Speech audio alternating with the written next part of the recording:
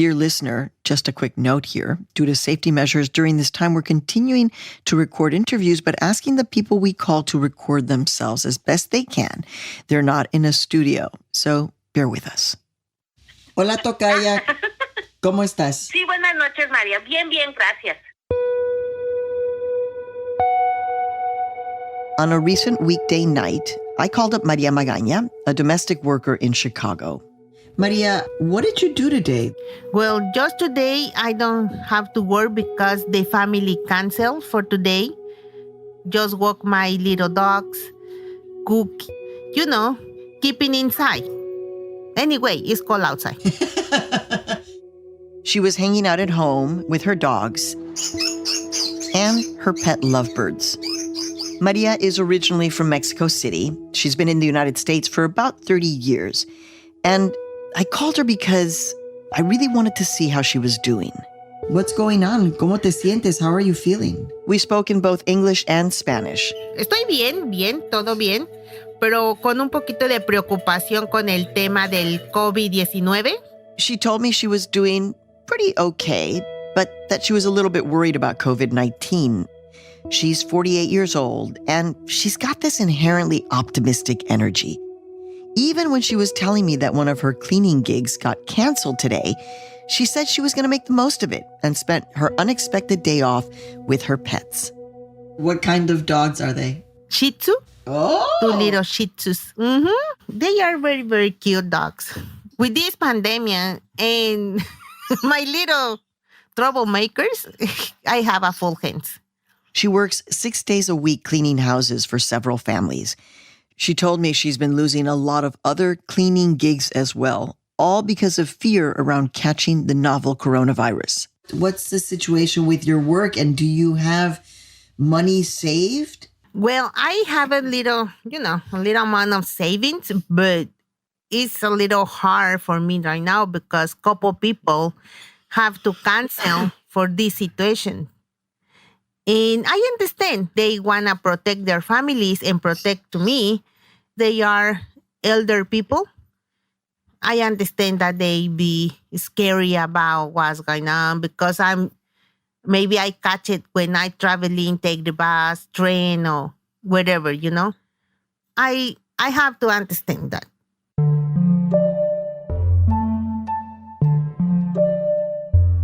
From NPR and Futuro Media, it's Latino USA. I'm Maria Hinojosa.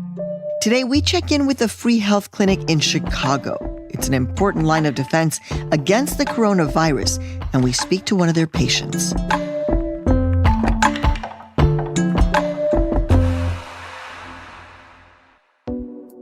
We first met Maria Magaña at a free health clinic in Chicago called CommunityHealth. And several months ago, Latino USA aired a story when we spent 72 hours meeting patients and doctors at the clinic. The clinic only serves people without health insurance, and most of their patients are low-income immigrants, some of whom are also undocumented. The communities that they serve include older people with chronic conditions and people who can't stay home from work, which of course are people who are particularly at risk for coronavirus. When we met Maria at the clinic, she told us that she didn't have health insurance simply because she couldn't afford it. Was so expensive. I'd say, okay, I pay the insurance or I pay my rent. And she was going to the clinic to check in on her chronic issues, like her diabetes. Su diabetes fue muy bien controlada.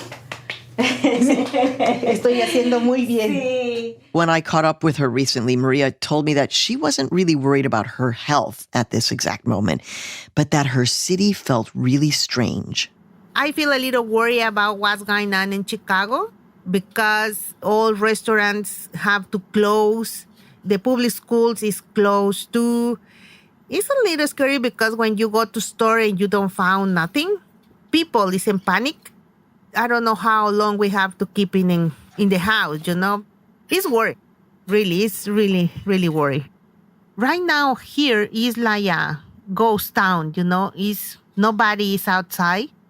While the streets were deserted, ICE agents were still being seen making the rounds in Chicago.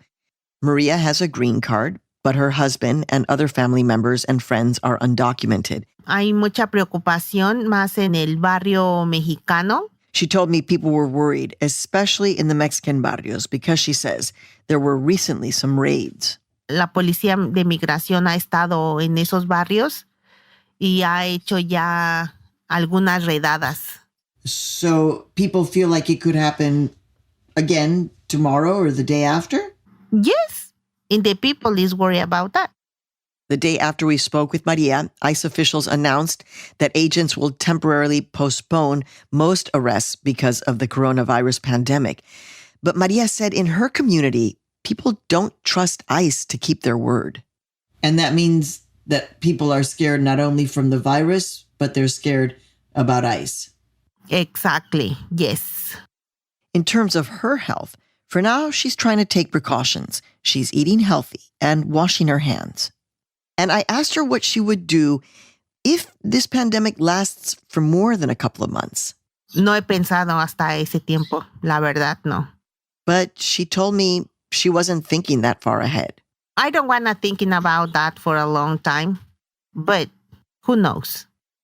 Maria has been going to the free community health clinic since the mid-1990s, so actually, she's not that worried about getting treatment if she needed it. If you start with high fever, coughing, and you can breathe, you have to go to the hospital because it's a very, very bad situation. All in all, Maria seems to be trying to take this moment of crisis in stride. Why are you so calm, Maria? Well, I can do nothing. Just wait. Stay peaceful, don't be worried. I worry, but you have to go out and have to work. You can do nothing. Just trying to be safe. That's it. And we have a hope like this situation don't take long time or weeks, months. I hope not. What are you doing to stay hopeful? Crecer mi fe, mantener la fe abierta, porque no se puede hacer otra cosa. She tells me she holds on to her faith because there's nothing else she can do.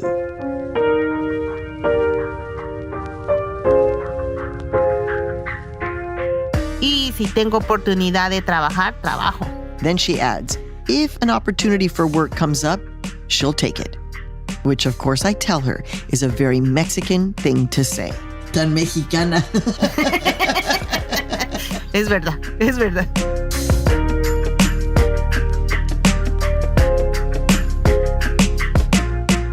Coming up on Latino USA, places like the free health clinic in Chicago that Maria goes to are now on the front lines of where low-income uninsured immigrants can go to get care during this pandemic. We go back and check in with the clinic after this break. Stay with us, no te vayas.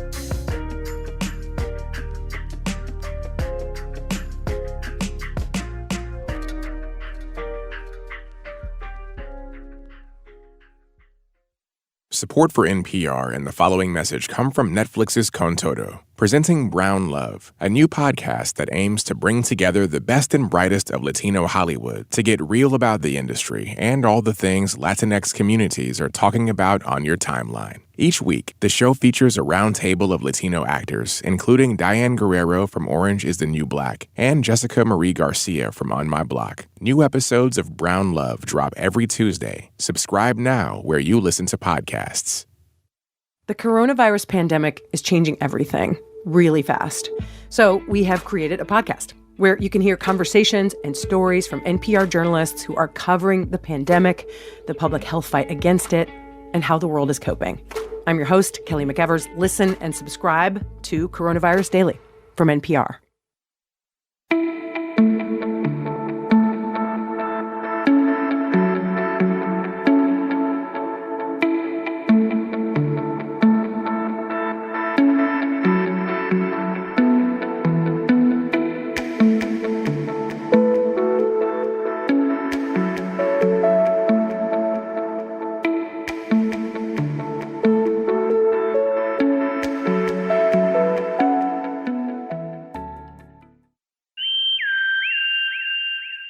Hey, we're back.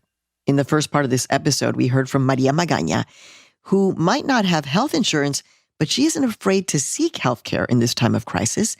And that's partially because she goes to the largest free health clinic in the United States. We heard a story about Community Health last year, which only serves people without health insurance.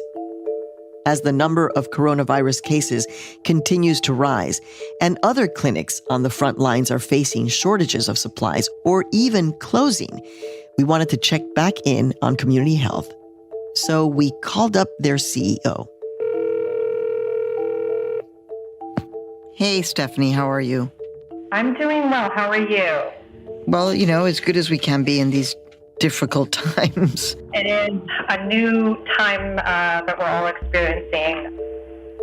A note that we spoke to her on the phone in mid-March, a few days before the number of coronavirus cases in Illinois broke 100. Stephanie Wilding, welcome to Latino USA. Thank you. I'm wondering, Stephanie, was there a moment when you realized that this outbreak was going to be something really serious? Yeah. About this time last week, I was returning from my honeymoon. And before I left for my honeymoon, I wrote down 3 big picture items for community health that would expand access to care, build our reputation further, grow our roots even deeper within the communities we serve. And I returned from my honeymoon to the office a day earlier. And I sat down in the chair I'm sitting in right now next to my desk. And I sat there and I looked at those 3 items on my whiteboard for probably longer than I should. And then I stood up, I walked over, and I erased them. Because the only thing that we have to focus on right now is staying open for our patients, for our community, and keeping our staff and our volunteers safe. The other things don't matter right now. So the situation now is that you're about to start canceling appointments, or are you telling people to only come in if they're sick? Yeah, so we have a specific set of guidelines around that. If someone's sick, we're asking them not to present to our health center. And if it becomes critical, that they should go to their local emergency department. And that's in line with the CDC guidelines. In terms of our day-to-day appointments, we're continuing to provide care to as many patients as we can, and we're doing that in a few ways. All non-essential services are either being canceled, such as surgeries or procedures. And then where we can, we're moving visits to telephone or video conferencing when possible, but mostly telephone, so that we can limit the movement of people on public transportation and limit potential to exposure to COVID-19. So have any patients that you've seen, have they tested positive?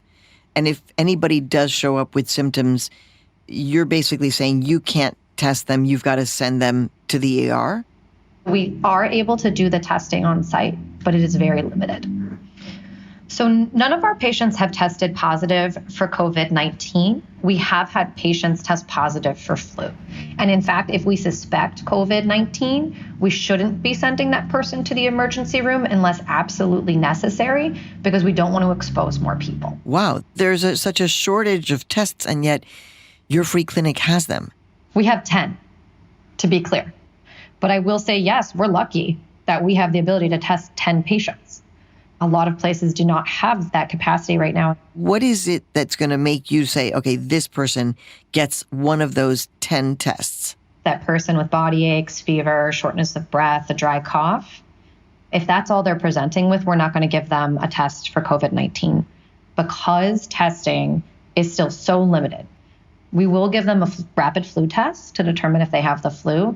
That's why it's so important for people to stay home during this time, because not only us as a safety net provider, but even hospitals, they're not going to be providing that test given the criteria we're using at this time. One of the things we're hearing a lot about is the concern around shortages. Do you have the supplies that you need? The shortage on personal protective equipment is very real. Part of the reason we had to move to, for example, in dental, only doing urgent dental procedures is because we are concerned about running out of surgical masks.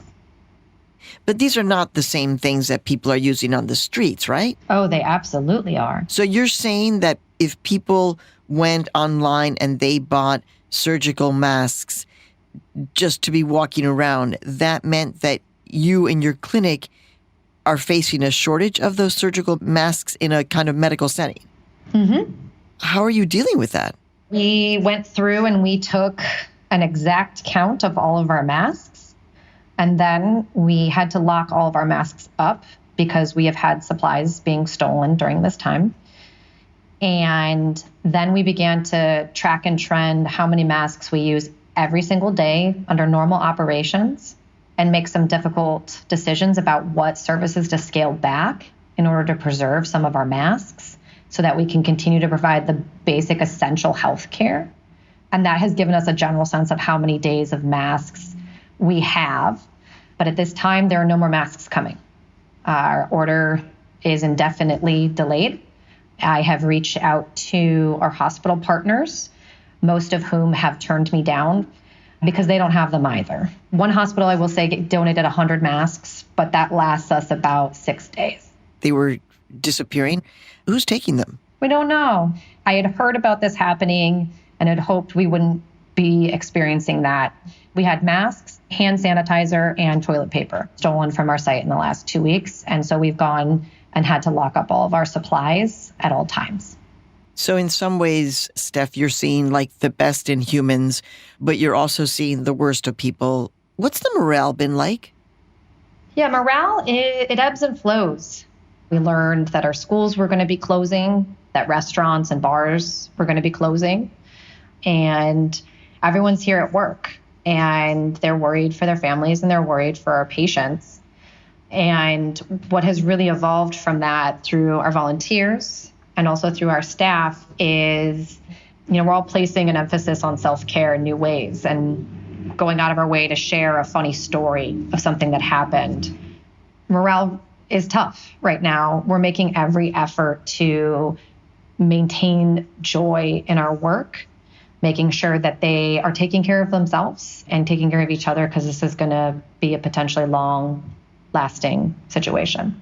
So right now you're currently open to service the community. And actually the majority of the people who work in your clinic, they're all volunteers, right? I mean, these are people who are like retired nurses and doctors.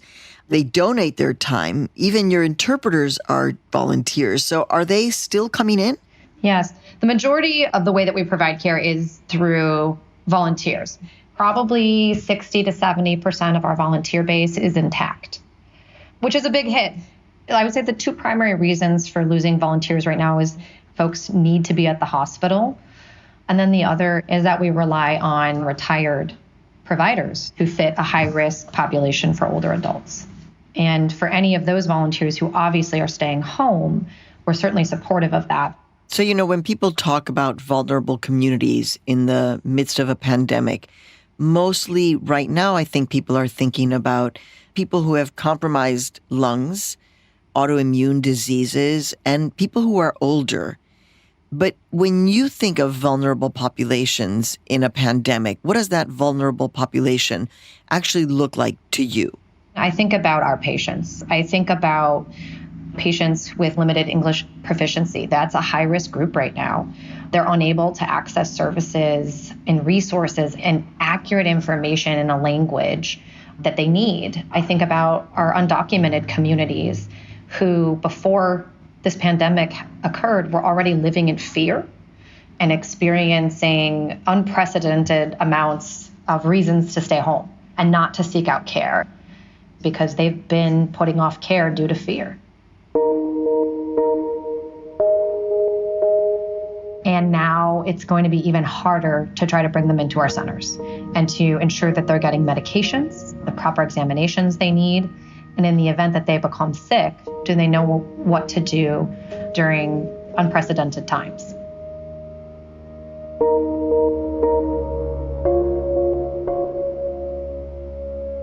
When you step back for a moment and you take a pause, what's the thing that's keeping you up at night? I know we're making the right decision to be open. We will always be open, but I'm asking my staff to potentially put themselves at risk and our volunteers And that keeps me up at night. But I know we're doing the right thing. And I know that access to care, especially during this time, is the right decision.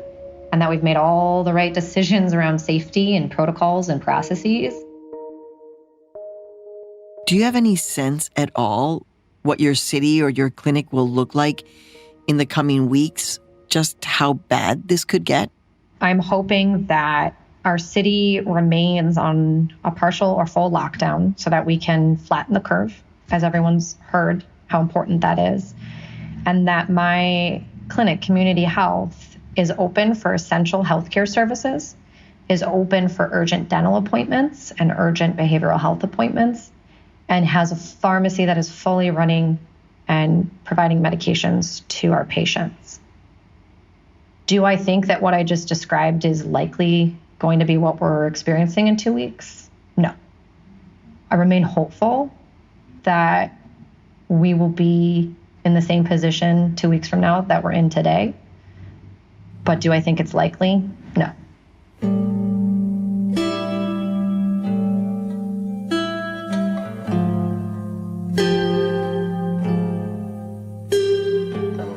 That was Stephanie Wilding, CEO of Community Health.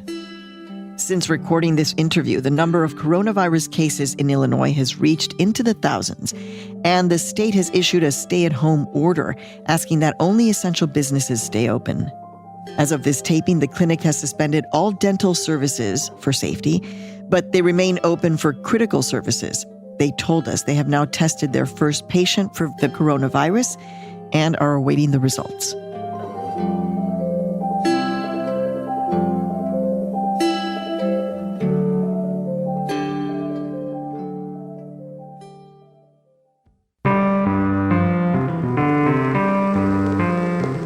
This episode was produced by Alisa Escarce and Joanne DeLuna and edited by Sofia Paliza-Ka and Luis Treyes.